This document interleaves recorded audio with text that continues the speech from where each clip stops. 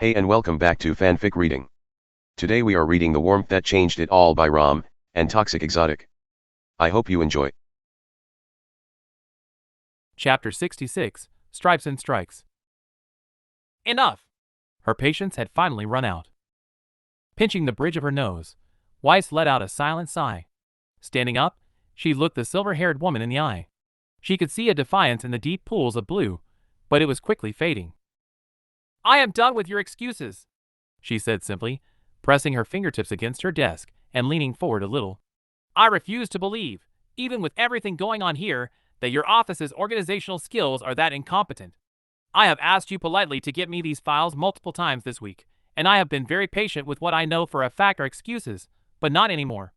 If these files are not on my desk within the next hour, then you will find you are no longer employed at this company. Do I make myself clear, Miss Wachette?" Finally, she saw the resilience fade from the woman's eyes. A wave of relief rushed through her. "Yes, Miss Schnee," the woman mumbled. "Good. You may leave now." She kept her tone short, making sure that Wachette knew it was an order, and was glad to see the Mistralian understood and hurried from the room. Weiss had been dealing with her interruptions all week, and was glad that was finally at an end. Glancing at her clock, she saw that there were still 15 minutes left until her next meeting was supposed to start, and leaned back in her chair. Tired of the constant office work and complications it brought, she thought back onto her trip to the Hanakatoba Gardens with Young. It had been an almost perfect morning spent sitting with her girlfriend on the grass surrounded by the vast array of flowers.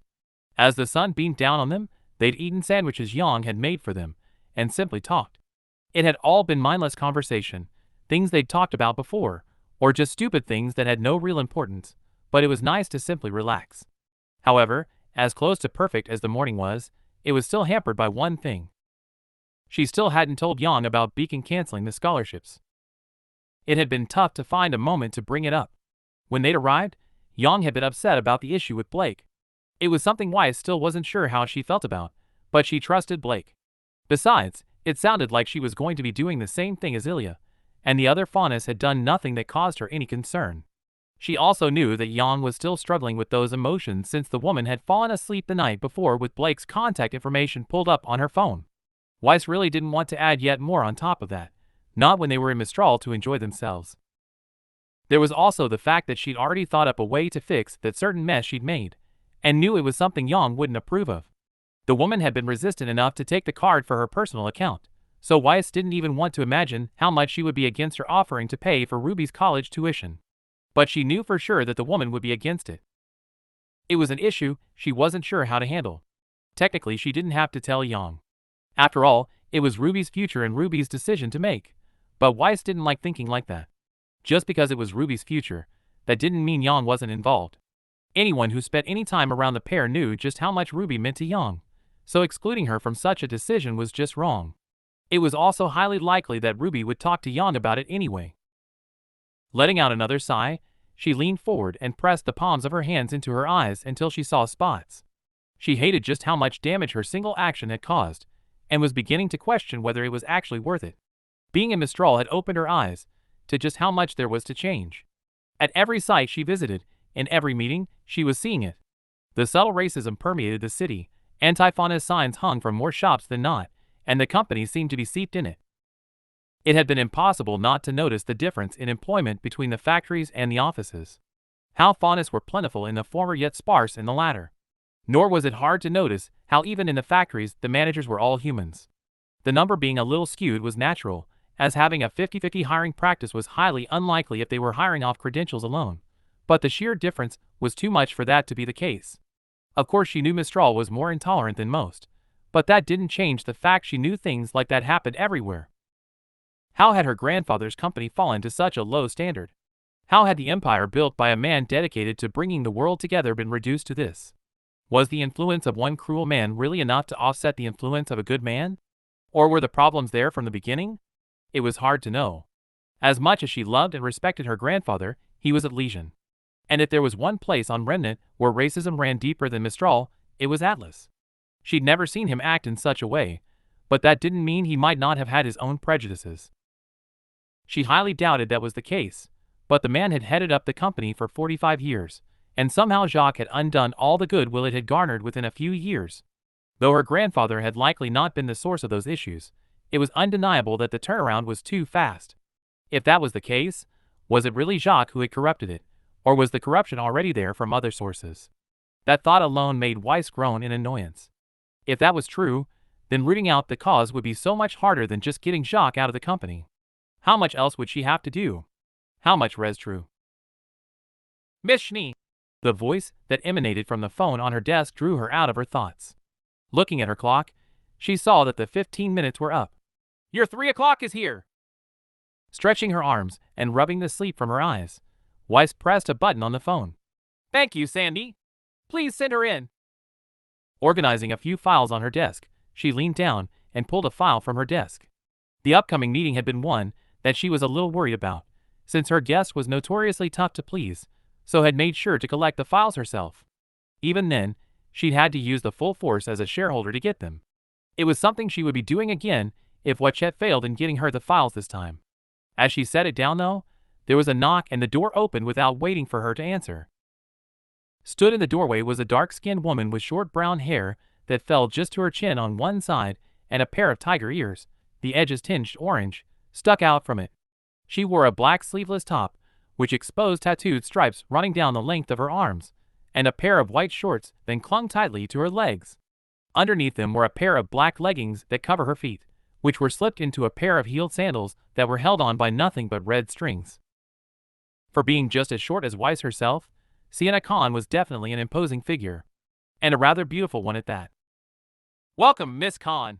Weiss greeted politely as she stood up and offered a hand. It was returned, but the woman's bright golden eyes watched her with a high level of suspicion. Thank you for agreeing to this meeting. I can't say I wasn't surprised to get your message, Sienna said with an intrigued tone. I don't think a Schnee has ever asked to meet with a white-fanged leader. As was I when I heard that a white-fanged leader was leading the strikes against my company for both faunus and humans. Weiss replied with a raised eyebrow. Yes, well, I believe in equality for all. Sienna let go of her hand and took a seat, leaning back and bringing one foot up to rest on her knee. As do I. And for the record, I don't agree with my brother's and sister's recent action in Atlas. Oh? Weiss asked, sitting in her seat. Forgive me for overstepping, but you two have had a hand in attacking the STC too. I have sabotaged machinery, yes, Sienna said without hesitation or regret, but only when that machinery has proven to be faulty or a risk to your workers, and never at the cost of lives. Had your company taken the necessary steps beforehand, I wouldn't have had to take them myself. Hard to deny that, Weiss admitted, though taking action is why I am here today. So I've heard, though yet again, it is after we had to take action ourselves. A choice that wasn't mine. Had it been up to me, this situation would have been resolved before it even began. Sienna's eyes locked onto hers, but Weiss remained firm. She had no reason to back down since her words were true. From the very moment she heard of the situation in Mistral, she'd been on the side of giving the workers the pay rise they needed to continue living. However, the woman seemed to have the same ability as Whitley, and the golden eyes felt like they were looking for so much more than the truth. Though, with nothing to hide, she simply sat back up straight in her seat and allowed the woman to continue. Eventually, she seemed to find something and cocked her head curiously. An honest Schnee. Never thought I would see the day. Well, I like to please. Weiss chuckled and pulled open the file to extract a single page from it. Hopefully this shall do just that. Sliding it over, the woman accepted it and looked down. Her eyes moved from side to side as she read the mandate that ordered for all employees to be given a pay rise of 5 lean per hour. The raise isn't much, but after much discussion with the council, it should allow our workers to at least afford the necessities. It's satisfactory, Sienna said with a nod, returning the sheet back to the table. Good, she smiled, picking it up and returning it to the desk. As the person leading the strikes and who the workers seem to have chosen as their voice, I wanted to run that by you before I implemented it. But it isn't why I asked you here today. The older woman's head tilted to the side with a curious look. Color me intrigued. Once again, Weiss reached out and picked up the file she had extracted earlier. However, instead of simply pulling a single page from it, she flipped it open and laid it down in front of her. Gazing up at her was a much younger-looking Sienna Khan, barely in her 20s and without any tattoos. Looking back up, She saw the golden eyes gazing at the file, and despite the older ages, they seemed more alive than the ones in the picture. 12 years ago, you were an employee here at the STC in one of our factories. She read from the folder. But it says here you were injured on the factory floor. After making a full recovery, you supposedly became a frequent visitor to the Human Resources Department until you were finally let go for harassing management. Harassing management? Sienna scoffed. Is that what you call me campaigning for a change to the employee health benefits? That's what the person who wrote this called it. Weiss corrected her. But with all the files I have read in my short stay here, I've come to understand there is quite a lot of bias in these reports. Though I am curious what exactly you found to be an issue with our benefits. As far as I am aware, they are the best in Mistral. They are the best for humans, not faunus. Oh, she leaned forward. Forgive my ignorance, but could you explain a little further? Sienna gave a nod and extended her left arm. The tattooed stripes that ran down it caught Weiss' eye immediately, and even she had to admit that the effect was definitely rather alluring. As the woman ran her hand along one of the marks near her wrist, Weiss saw that the skin itself was a little more misshapen than the rest, with more than a few raised areas that left the skin uneven. This mark covers a scar that I received when my wrist was caught in the machinery, the woman explained. I'd had a falling out with a human employee earlier that day, and he bumped into me and threw me off balance. Normally, the machine should have shut down when my foot was removed from the paddle, but it was faulty. Because of that, my wrist got caught in the separator, and while I managed to get it out before any serious harm was done, I fell backwards and slammed into a shelf, which caused a box to fall and split my head open. Sienna motioned to the top of her head, just behind one of her tiger ears. My wrist was easy to bandage up and was covered by the STC's insurance, but my head wasn't. Due to where my head injury was, there was a little damage to my faunus hearing which should have been easily fixed. However, doctors who know what they are doing with faunus anatomy and Mistral are not exactly common. I needed to see a faunus specialist to get it fixed, but I was forced to pay out of my own pocket because the STC insurance refused to cover it since it wasn't one of the pre-listed facilities, many of which do not do treatments for ailments unique to faunus and our traits. Shaking her head at what Sienna had just said, Weiss let out a low sigh and dropped her hands into her head. That revelation hurt a little more than all the other things she had discovered while in Mistral. Medicine had been one of the things her grandfather tried to prioritize above all else, so to hear that faunus were facing trouble even getting their medical issues seen was rather annoying.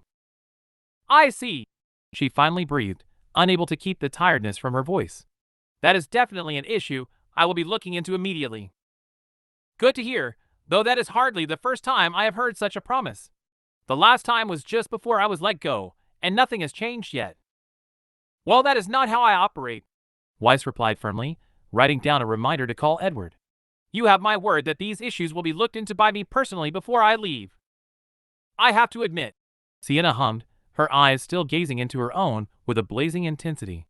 This meeting has not gone as I expected. Let me guess, Weiss said offhandedly. You expected me to disregard everything you said and make false promises? You've yet to prove your promises aren't false, the faunus rebutted. As I said, you are hardly the first to make them. Honestly, I didn't expect you to even make them. You are a schnee after all. Schnees are not so bad, Weiss chuckled, placing her pen down as she heard a loud scoff of derision. You speak like I don't know the atrocities your father has committed. I believe I said schnees are not so bad, Weiss replied quickly, leaning back in her chair. She may have to keep the facade up in public, but it was more important that she won Sienna's trust. He is a gelly. And yet both still make people shiver. Scowling slightly at being compared to her father, an action that clearly did not go unnoticed, she shook her head. She hated how people just expected her to be like her father. Sienna, reporters, other business associates, even Blake had thought so at first too. Of course she understood why though. She'd kept up appearances and defended the man whenever a controversy arose. But still, that expectation was wrong, and annoyed her nonetheless. As such, she decided to drop the pretense, if only a little. Well, in all honesty, she reached out and poured herself a glass of water from the jug on her desk, offering one to Sienna too. The woman accepted. I'm not exactly fond of how my father runs this company. Oh, really? The news reports make it seem like you are. The news knows what I want them to know. I can hardly go around bad-mouthing my father in public now. Weiss gave a small sigh and pushed the glass of water over to the woman before taking a sip of her own. That would only make it harder for me to get what I want. And what exactly does a schnee with all the money in the world want? Her reply was ready and simple. Equality. Sienna looked at her with renewed interest. Weiss had chosen that word specifically in hopes of earning such a reaction, and she was glad it had. I want this company to be what it was before my father. A place that works towards bettering the world for everyone, not just a few. How this company acts now, the controversies, and the things it does. They do nothing but dishonor my grandfather and everything he tried to build. I want to change that. Finished with her truth, Weiss watched Sienna shift a little in her seat. She seemed to be mulling over what had just been said, her golden eyes shining with curiosity. Content to let the woman think, Weiss simply raised a glass to her lips and took a sip, trying to be as normal as possible since she knew the woman was looking for anything that would betray the words. Thankfully, though, after a couple of seconds and a few sips of water, Sienna looked down at her glass and shook her head. Those are some smartly chosen words, the woman said in a low, suspicious voice. But why would you tell me this? I'm white-fanned. I could easily use this against you should I desire. You could, Weiss shrugged. But I'm telling you because I want you to trust me. You are white-fanned, but my thoughts regarding that organization are not the same as my father's. I understand the good that some parts of your organization do, and you even do it for humans too when needed, so I want to assure you that we share that goal. That much was clear. But why do you want me to trust you? Leaning forward and keeping eye contact with Sienna, Weiss pushed a piece of paper towards the woman. With a little hesitance, she took it and gave it a confused look. Because I want your sabotaging of our machinery to stop, Weiss replied plainly. While I understand you are trying to help people, it's unproductive and does nothing but hurt your message when people are caught. It makes you seem no better than your brothers and sisters in Atlas, and you are lucky that no proof has been found for the company to pursue legal action against you personally. Sienna's eyes glared warningly up from the paper. I will be working to ensure such things do not happen again, but should you hear about faulty machinery or any danger to workers through whatever channels you have, I would like you to use that number to personally contact Councilman Sanjay Umi. I'm sure you are already aware that he is sympathetic to the fauna's plight and trying to get laws changed here, and he will look into any matter you report to him. He will even contact me himself should he need to. And I should change my tactics. Why? Sienna snarled, though even Weiss could tell there was no real malice there. Because if you don't, the STC will be forced to begin taking serious legal action against you, Weiss replied in an equally warning tone. Like it or not, what you do is risks. You might not aim to injure people, but they have been in the past, and it cannot continue. She paused and took a breath. This is your chance, Sienna.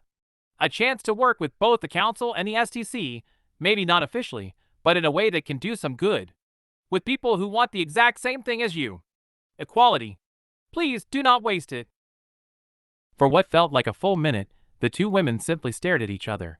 Silently, Weiss tried her best to convince the woman that she really was trying to help her. Her words may have been harsh, but they were the truth. Sienna was already lucky to have not been locked up, but some others who followed her example had not been so lucky. But if she continued as she was, then that luck would run out. And Weiss didn't want that since, for all she knew of her, the woman seemed to actually be rather reasonable. After the minute was up though, the woman downed the rest of the water and gently rose from the chair. Once again, under the woman's intense gaze, she was reminded just how intimidating the woman could be if she wanted. Thankfully, she seemed to have entered the meeting willing to negotiate, and not to simply find more reason to mistrust. You've given me much to think about, the tiger fauna said slowly, pocketing the paper with Sanjay's number on it. To Weiss' surprise, the woman held out a hand too, which Weiss promptly stood up to accept. I shall take your proposition into consideration.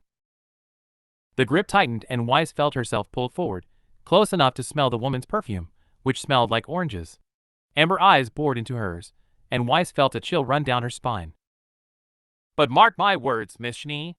Should I decide to take you up on this promise and nothing changes, the woman continued with a threatening tone, I will continue to do things the way I have been and hold you personally responsible for the suffering of your workers. I will take action where I think it necessary. Remember that. Weiss' hand was released, and she leaned away from the woman. It didn't take much to regain her composure. I will, she nodded respectfully, but it will not be necessary. I hope to show you that my word, the word of a true Schnee, can be trusted. We'll see on that one. A threat is still a threat after all. Sienna replied and turned to make her way towards the door. Goodbye, Miss Schnee. Have a good day, Miss Khan. The door was pulled open, and Sienna left the room. Feeling her heart race a little, Weiss collapsed into her chair. That meeting had gone better than she expected, but worse than she'd hoped.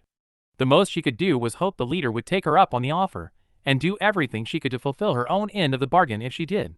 So with another sip of the water to calm her nerves, Weiss reached out and pressed a button on her office phone.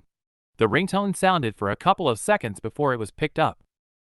Miss Schnee, IW is Jew. Your hour is up, Wachet. Weiss cut her off. Do you have the files? With all the renovations I couldn't. I will take that as a no. Weiss sighed. She was done with excuses. It was time for them to end and for things to be fixed. Very well. You may clean out your desk. Your employment here is at an end. Before the woman could reply, Weiss hung up and stood from her chair. She had given enough chances, but was done with the incompetence of others. If that meant she had to exert her full power and search for the files herself, then so be it. Chapter 67. Finalizing Business. Mistral's art district was probably Yang's favorite place in the entire kingdom.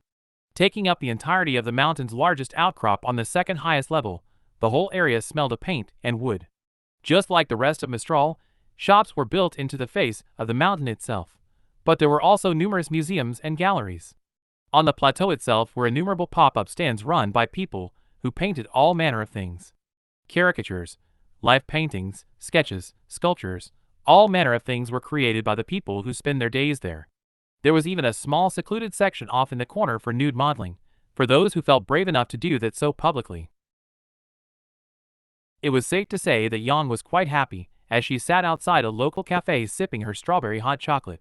It didn't quite taste as nice as the ones Blake made for her, but it was good nonetheless. She'd visited the district pretty much every day since her arrival, and it was fun to just watch the people walk around and enjoy themselves. It was also fun to walk amongst the pop-up and talk to the artists, learning new techniques, and just seeing them work. She'd even been propositioned a few times to model for the artists, and she'd be more than happy to oblige for all of the new sketchers. However, she wasn't walking around like she usually would. Unlike most days, the art district has a very specific reason for her to be there, and that reason was that only a short distance away talking what Yang recognized as a couple of council members. Though she had no idea what they were talking about, it was watching Weiss work. It was like a small glimpse into a part of her girlfriend's world that she'd never seen before, despite Weiss having brought paperwork back to the hotel almost every day. Unlike with the paperwork, though, where she just seems tired and quiet, Weiss seemed alive in meetings.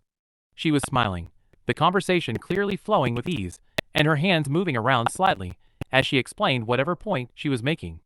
Whoever she was meeting to was definitely enjoying the meeting too, since they seemed incredibly relaxed. As Yang took another sip of her drink, though, she saw Weiss' eyes glance over to her and gave the woman a cheeky smile that was immediately returned. It was remarkable just how fast Weiss had spotted her among the crowd. She'd barely left the cafe with her drink when she noticed the blue eyes dart over to her, and any worry that she might be a distraction was washed away as a small grin was painted on Weiss' face. A plan had been formulated in that moment, though, and Yang had been sitting there ever since trying to figure out the best way to approach it without disturbing the meeting. Thankfully, her scroll had been an invaluable resource, and she'd managed to find something that was perfect for the situation. An interview on her work at the STC. She vaguely recalled Weiss mentioning the interview taking place, but she hadn't really gone into depth. And seemingly for good reason. The entire article was unnecessarily harsh, and seemed to be rather critical of her, with quotes that had to have been taken heavily out of context, and even comparing Weiss to her father a few times.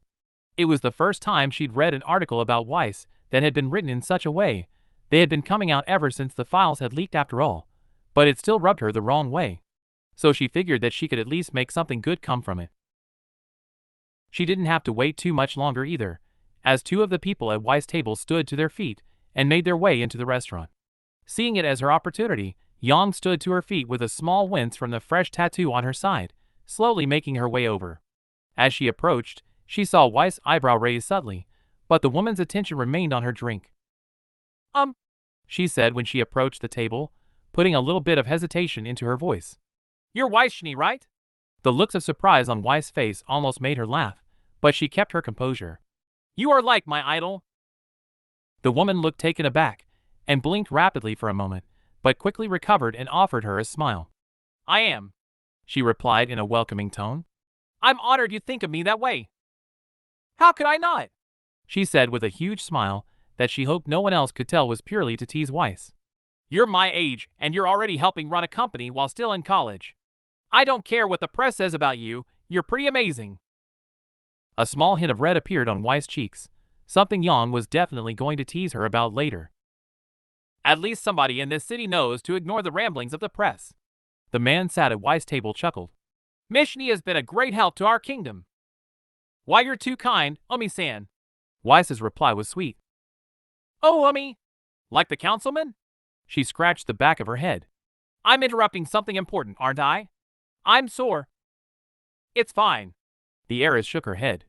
The others have gone to get us drinks anyway. She tried her best at an awkward smile. Well, I know it's a weird ask, but do you think I could get a picture? She held up her scroll. My sister would never believe me otherwise.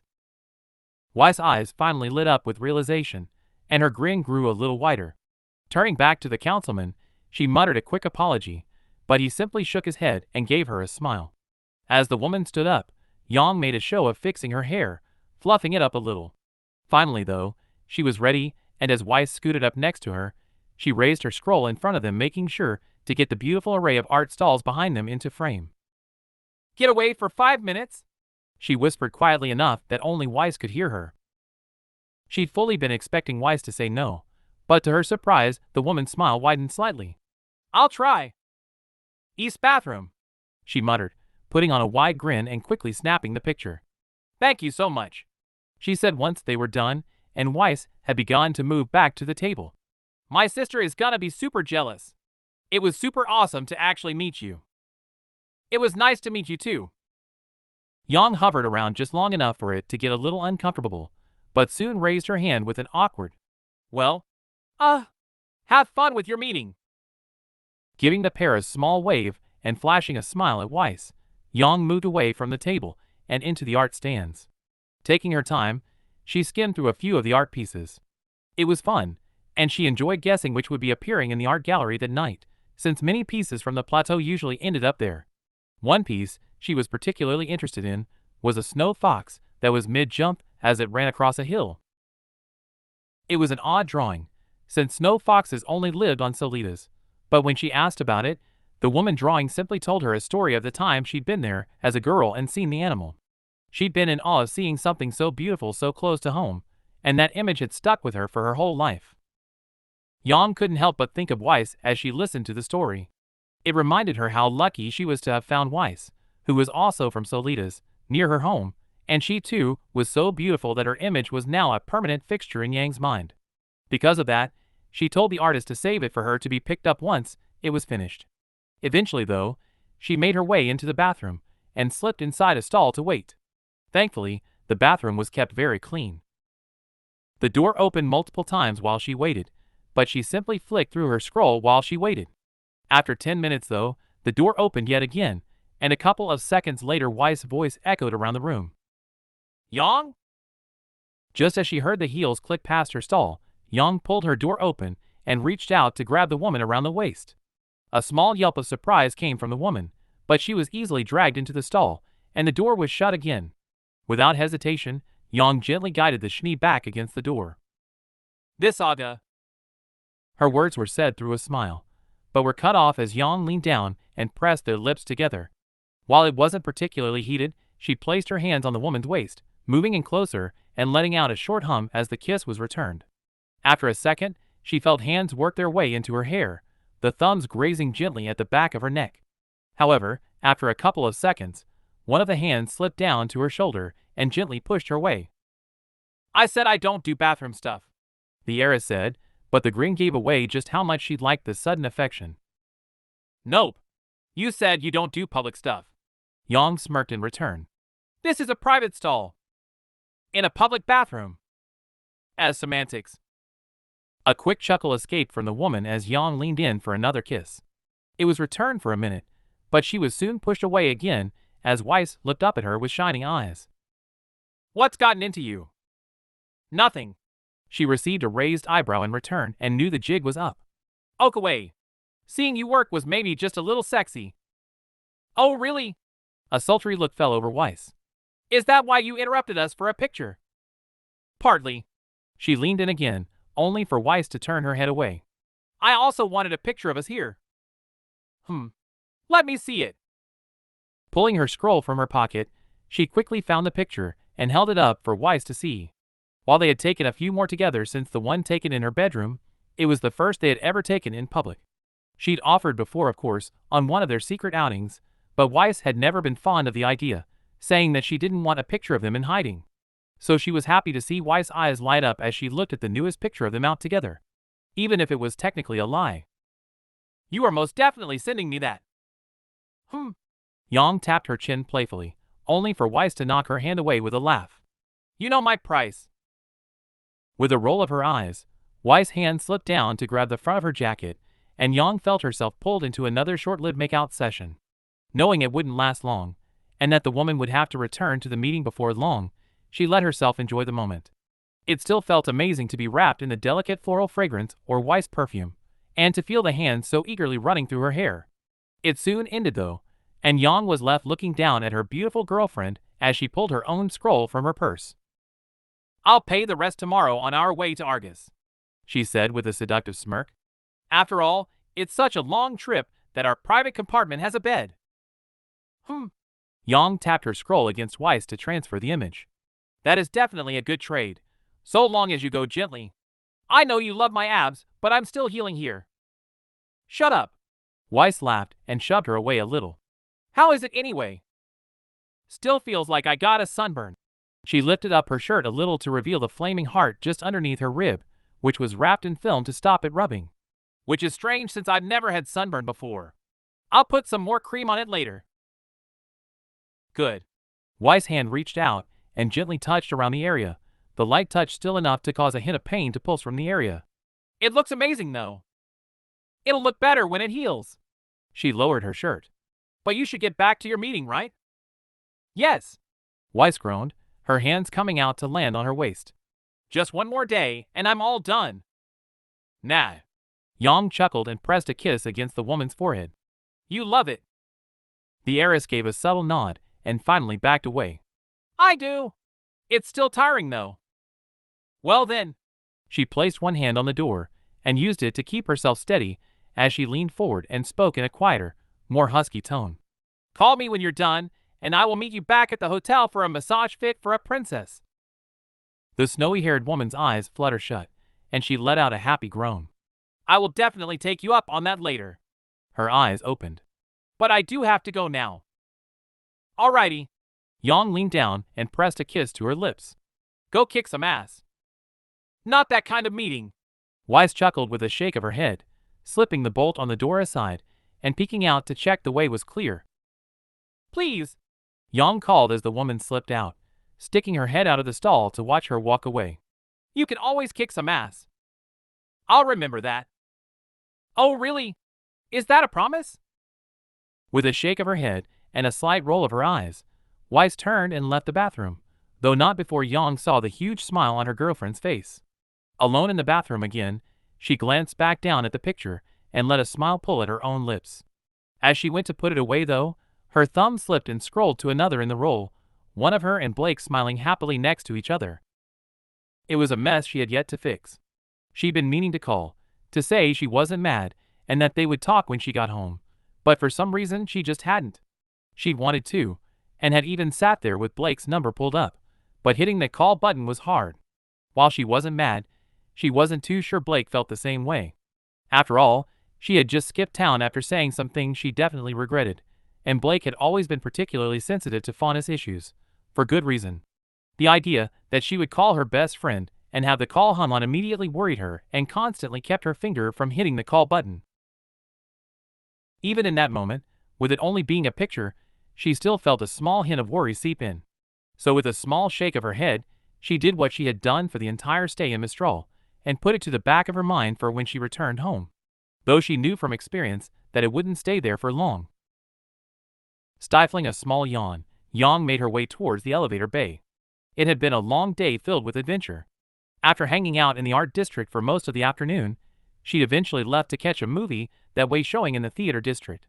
Even in tough times, the people of Mistral definitely knew how to put on an intriguing play. While much of it had been about a world filled with creatures called grim, vicious animals of pure evil intent on making people's lives miserable, a majority of it had revolved around a small group trying to bring hope wherever they could.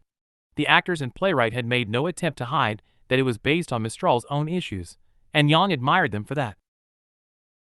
For all the darkness it had contained, it had plenty of light-hearted moments that had made even her, someone who wasn't too fond of the theater, laugh. When it had ended, though, she had quickly chosen to leave since the next play up was a rather depressing one. The Indecisive King, a tale of a king who relied so much on the power of his crown to make his choices that he lost all sense of his own beliefs. It had a happy ending, of course, since it was based on a fairy tale, but the journey to that ending was a rather morbid one of depression and a will to die. It was not one she was really in the mood for watching. After she left, she made her way back to the art district to pick up the painting that she had asked the painter to put aside, and was very happy to see that it was finished. It had turned out wonderful. The snow-white fox accented against the beautifully sunset made for a very beautiful image that she was definitely going to study the lining off when she got back to the hotel, which was where she was headed after a message from Weiss that told her she had finished her meetings. However, just as she stepped out of the elevator onto the platform that the hotel was located, she saw a small crowd gathered outside and some flashing lights in the distance. Walking up to it, she recognized a few of the people there as guests she passed in the hotel hallways. "Excuse me," she asked one of them, a tan lady with vibrant pink hair. "What's going on?" "No idea, love," the woman said in a strong vacuo accent. "They done evacuated us all." "Right," Yang muttered and pushed her way through the crowd. Her worry mounted a little since she knew that Weiss should be back at the hotel already, yet she couldn't see a head of white hair anywhere. Pulling her scroll out, she quickly pulled up Weiss info and hit the call button. Just as she reached the edge of the crowd near the hotel door, she saw ropes hanging off the ledge, each one secured in place and monitored by people in Mistral's police uniform. Thankfully, though, just as she felt her blood begin to pound in her ear, the call was answered. "Wei, come to the lights," Weiss' voice replied tiredly. "I'll explain when you get here." The call ended, but Yang let out a breath of relief at the fact Weiss was okay. As instructed, she pushed her way back through the crowd towards the lights. Unfortunately, the lights were not coming from the police alone, but from the camera flashes of journalists too. When she got close enough to finally see her girlfriend, who was separated from the crowd, a pair of officers stepped in front of her and held out their hands. "I'm afraid this area is off limits," they said in Mistralian. "It's fine, I'm a friend. I'm sorry, but Miss Shnee's safe. Let her through." Weiss' voice cut through theirs with a sense of authority she'd never heard from the woman before. At her words, the officers stepped aside. While she was tempted to run and embrace her girlfriend, she restrained herself. Not just because that was a massive crowd a short distance away, but also because there were two people standing next to the woman, both wearing detective badges with a man holding a notepad. "What's going on?" she asked quickly as she arrived at Weiss' side. "Someone called the hotel with a fake bomb threat." "What?" "We not know it fake yet, Miss Shnee," the male detective said in broken Valak. "It is. Weiss, this is serious." Yang was cut off.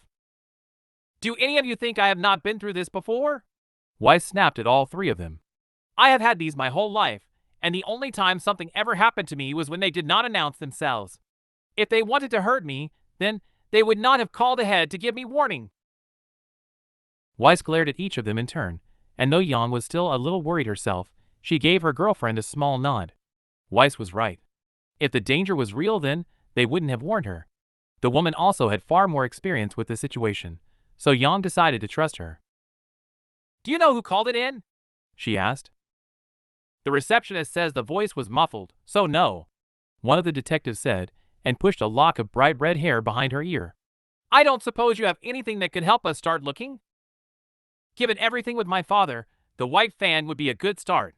Weiss sighed and pinched the bridge of her nose. Or maybe some of the people I've fired this week. I can forward you the list of names later. That would be big help.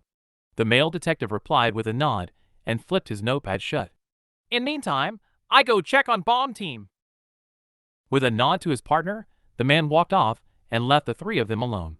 Not wanting to interrupt, Yang waited patiently as Weiss answered every question the detective asked of her with a tired expression. She wasn't quite sure why, but she could sense a small amount of annoyance in the woman's body language, like she was holding back from something. However, when all the questions were finally answered, the detective gave a nod and put away her own notepad. Thank you, Miss Schnee. That will be all for tonight, the black-clad woman said. When we receive the all clear, we will have you escorted inside to collect your belongings. Huh? Yang asked in confusion, though Weiss didn't seem surprised. Given Miss Schnee's status, and what she is in Mistral to do, the council has requested she be put up in a safe house for tonight. Just as a precaution. Oh. Yang will be joining me too. I'm afraid I don't have the author. Then I will get you it. Weiss pulled out her scroll and dialed a number. It was answered in seconds. Hello. Yes, I'm fine, Mr. Umi. I have a favor to ask. The heiress quickly relayed the information to the man and passed the scroll to the detective. Detective Sierra, the woman said respectfully. Yang heard muffled speech on the other end of the line, and the flame-haired woman gave a small nod. Yes, I understand, sir. Have a good night. The scroll was handed back. Very well. Your friend can come too.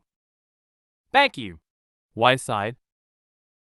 With what appeared to be a shot bow of her head, which Weiss returned, the woman walked away to check on her partner. With her gone, Yang turned on Weiss to ask her own question, but found the girl subtly shaking her head while motioning behind her to where the reporters were gathered. Understanding immediately, she let out a small sigh and crossed her arms while they waited for permission to go back in and get their stuff. It had taken another 40 minutes for the police to determine that the hotel was safe enough for them to enter. In that time, she and Weiss had exchanged very little in the way of conversation. As much as she wanted to talk about why the woman was seemingly annoyed about something, she knew she couldn't due to the reporters' microphones pointed in their direction. Finally, though, they'd been allowed to enter and collect their belongings. You gonna tell me what's wrong? Yang asked quietly after a couple of minutes of continued silence.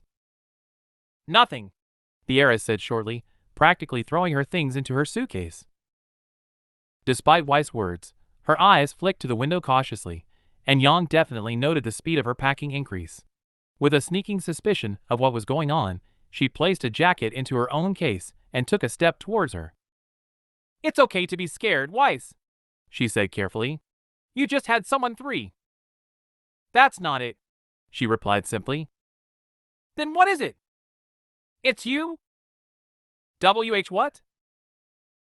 She couldn't help but feel hurt, especially since she had no idea what she'd done wrong. However, Weiss' face dropped as if she'd realized what she just said, and she leaned onto the edge of her suitcase. Her entire body was tense, and she was shaking her head slightly. I didn't mean it like that. Then what did you mean? She asked, unable to keep the hurt from her voice. A small sigh escaped the woman, and she turned around to sit on the edge of the bed. 15 times, Weiss replied quietly. 15 times I have been evacuated from a building due to such a threat. It's been one of the more aggravating constants of my life. Her head hung low. And now it's going to be one in yours too, especially since the reporters outside are going to wonder why I allowed you through. There was shame in Weiss' voice, and Yang realized why she'd been on edge. It wasn't that she was scared for herself, but that she was scared for her. I've been so focused on Jacques and what he'll do that I forgot the other dangers of being with me. Weiss. She placed the last of her stuff into her suitcase and closed the lid.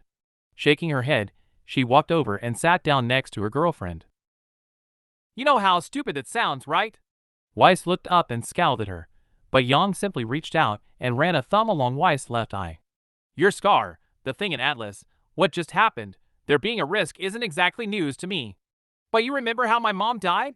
A random accident that had no reason whatsoever. It just happened. She reached out and took her girlfriend's hand.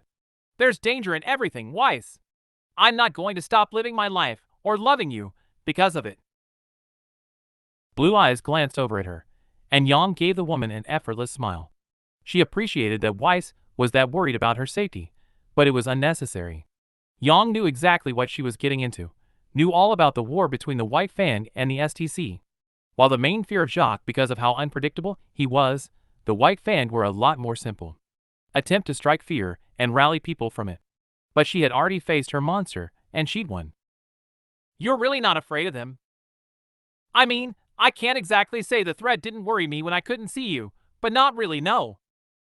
A breath of relief came from Weiss as she stood up and continued to pack the last of her stuff. Fair enough. Standing up too, Yang moved in and wrapped her arms around the woman's waist from behind. Leaning down, she pressed her lips gently against Weiss' supple neck, earning a happy grumble from the heiress. When we get to wherever they are taking us, she breathed softly, placing another kiss into Weiss' neck. You are definitely getting that massage. After the day I've had, that sounds amazing. But I need to finish packing first. With a small nod, and yet another peck, she pulled away and helped the woman to fit her clothes into the case. The last day in Mistral had not exactly turned out the way she'd hoped, but she had still enjoyed the trip overall. Thankfully though, other than something with Fletch, Yang knew that Weiss would be free for most of their stay in Argus. Yang. She woke with a start and sat bolt upright. What? We're here, Weiss said softly, a small look of worry on her face. Are you? I'm fine, Yang lied, looking out the window to see the bustling platform of Argus Station. Just didn't sleep well. The night had not been a restful one. After having been escorted through the private tunnels that were solely for official personnel, Yang and Weiss had been placed in a safe house on the 5th level of the mountain. It hadn't been much, merely a bedroom, a sitting room/kitchen combo, and a bathroom, but it was only for one night. The second they had arrived, Weiss had called Winter to tell her about what had happened. The two had talked for an hour, but when it ended the girl didn't seem to be in any better spirits. After that, they'd both declared they were tired and decided to get some rest. However, although Yang had told Weiss that she wasn't worried about the danger, that didn't stop her from waking up in the middle of the night to check the window. All she ever saw was the empty street, but that didn't stop her from going back 30 minutes later just to make sure. While she wasn't particularly worried about herself, the fact someone had threatened Weiss' life had a bigger effect on her than she'd thought. Weiss was yet another thing she could lose, and the idea that she could lose her in the cruelest way possible would cause her breath to catch in her throat. She'd already experienced what it was like to lose someone in that way, to know there was never even the chance to see them again and regain what was lost, and it was something she never wanted again. It was simply too painful. Thankfully though, it took nothing more than a glance backwards to remind herself that Weiss was not going anywhere. The girl had more experience with those threats, and yet she still slept peacefully. Sat in her chair beside the window, having resigned from using the bed and rising waking Weiss with her constant coming and going, she would constantly look back at her girlfriend's delicate form and take solace in the fact that the threat had indeed been empty. But even still, the words this time had kept her firmly planted in her chair, constantly switching between sleeping and keeping watch until day broke, where she had finally crawled back into bed, so as to not worry Weiss when she woke up. Are you sure? Weiss asked and pulled her handbag over her shoulder. You can go to sleep when we get to the hotel if you want, Dot. I'm good, Weiss. Yang shook her head, picking up her own duffel bag and giving the girl a smile. I just needed a pick-me-up is all. Okay. Weiss didn't sound fully convinced, but she let it go, and they made their way off of the train. The change in air from Mistral was immediate, and Yang was forced to pull her jacket a little tighter around her. Even though Solitas was so far away, its bone-chilling winds could still be felt in Argus year-round. It also meant that the city was perpetually blanketed in a thin layer of snow despite the sun still beaming down on them. Thankfully, there was no need to wait for a car and risk the motion lulling her back to sleep, since the hotel they were booked into was right next to the station. You sure you don't want to get some rest? Weiss asked again as they checked into the hotel. Nah, Yang repeated and handed her back to the concierge. Can we just walk around for a bit? The fresh air will do me some good. Receiving a nod from her girlfriend, the two of them walked back out of the hotel and slowly began to explore the city. Though it wasn't Yang's first time in the city, it still shocked her just how different it felt from Mistral itself. Granted, most of that was because it wasn't set into a mountain, but even the buildings themselves seemed closer to Vale's architecture than Mistral's. Gone were the small houses with plain white walls and multicolored roofs, replaced instead with apartments, buildings, and office complexes. Even Haven, the tallest building in the entire city of Mistral, was smaller than one of the medium-sized office buildings in Argus. Though that wasn't surprising since Argus was the biggest melding point between Atlas and Mistral, so there had inevitably been some cultural crossover in its design. Even as she stood on the sidewalk and sipped the coffee Weiss had bought her, Yang could see the military base off in the distance. Ironically, that was the only thing in the whole city that had been carved into stone. Though, as opposed to Mistral, the base had been carved into a massive spire that protruded from the ocean. The base itself was huge, actually the largest military base outside of Atlas, and only connected to the rest of Argus via an equally large bridge. "I've always loved Snow Branch Bridge," Weiss said gently as she held her own coffee with both hands and took a sip. "Shame it doesn't qualify for the Remnant's Wonders list." "It's pretty great," Yang hummed. Though the air was definitely helping with the headache that had developed, the click of cameras to her side was rather annoying. The reporters had been waiting for the second they'd left the hotel, but Weiss had paid them no mind. If she was at all worried about them taking pictures, she wasn't letting on. Even still, Yang knew it would be unwise to engage in any display of affection that could be misconstrued as anything but friendly. "I know you were barely in bed last night." Weiss didn't sound annoyed, but Yang let out a low sigh anyway. She thought she had managed to not disturb the girl, but apparently not. "Sorry," she mumbled and took another sip of her own coffee. It was gradually helping with the tiredness. "I was a little on edge, I guess." "It's fine to be freaked out, Yang," Weiss replied firmly. "I remember the first time a call like that happened. I barely slept for a week." Yang was about to deny how much it bothered her, but decided otherwise. "I'll just be happy when they find out who did it." "They will," Weiss said with a nod. "They always do. And then you'll see that it was nothing." "I hope so." Receiving a soft smile from the woman, Yang returned it. She was happy that Weiss was trying to console her, but until the person who made the call was caught, Yang knew she would be on edge. "You will," Weiss said with much more conviction than before as she pushed off the wall. "Now how about we go and gee?" The woman cut off mid-sentence, and Yang glanced sideways to see her staring at the sky as if she'd been struck dumb. Following her gaze, she saw what looked to be a small private jet flying rather low. Though hard to see in the midday sun, the plane looks to be almost entirely white, except for a few red and blue streaks along the side. "What is it?" she asked, curious why Weiss would be interested in a random plane. "It's my grandfather's," she replied and turned to show her eyes full of excitement. "Only Winter uses it." With a wide smile, Weiss took off toward the military base where the jet was clearly aiming to land, and Yang made after her. She knew the two had talked last night, but not what had been said. The older Schnee sibling had obviously not mentioned anything about being in Argus, though, from the excited look on Weiss' face. Fortunately, Weiss wouldn't have too long to see her sister, though, as it only took them 20 minutes to reach the base. Just as they reached the gate, which was guarded by two men in rather ridiculous-looking hats, they saw Winter crossing the tarmac not far from them with a few soldiers in tow. Even having seen Winter in her uniform before, she couldn't deny the woman struck an impressive figure as she gestured what she could only assume were orders to the troops. "Our apologies, Miss Schnee," one man said. "But you cannot enter," the other finished. "Please, Skidoo." "Winter!" Weiss shouted out, ignoring both of the guards. Her shout carried across the empty space, and Winter's head turned. Cold blue eyes took them in for a second, but she eventually dismissed all but two of the soldiers and slowly made her way over to the large metal gate. "Allow them through," the older woman commanded with authority that Yang knew would not be questioned. Sure enough, the two guards quickly opened the gate and ushered them through. "Winter!" Weiss said happily as she made to rush forward, only to stop immediately as Winter held up her hand. "I'm so glad you came." Winter showed no hint of even having heard her sister's exclamation of joy. Instead, she just stood there, her face impassive as her eyes scanned over them. However, even from a distance, something about her face looked different. "Why didn't you tell me last night you were coming?" Again, Weiss received nothing in return. Nothing but a cold stare that was slowly making Yang feel as if she was being lowered into a bath of freezing cold water. Something was off. Yang knew Winter could sometimes be cold, but this seemed too much even for her. If she wasn't going to talk to them, then why even let them through the gate? And the way she was staring, The way she stood with her back straight and her hand behind her, it was far too proper for someone who was supposed to be greeting her sister. It was nothing but confusing. After what felt like a good minute though, Winter finally made a move. It was yet another that confused Yang as the woman turned on her heel and took a step away from them, only to turn back to the two soldiers by her side and give a single, crystal clear order. Detain them.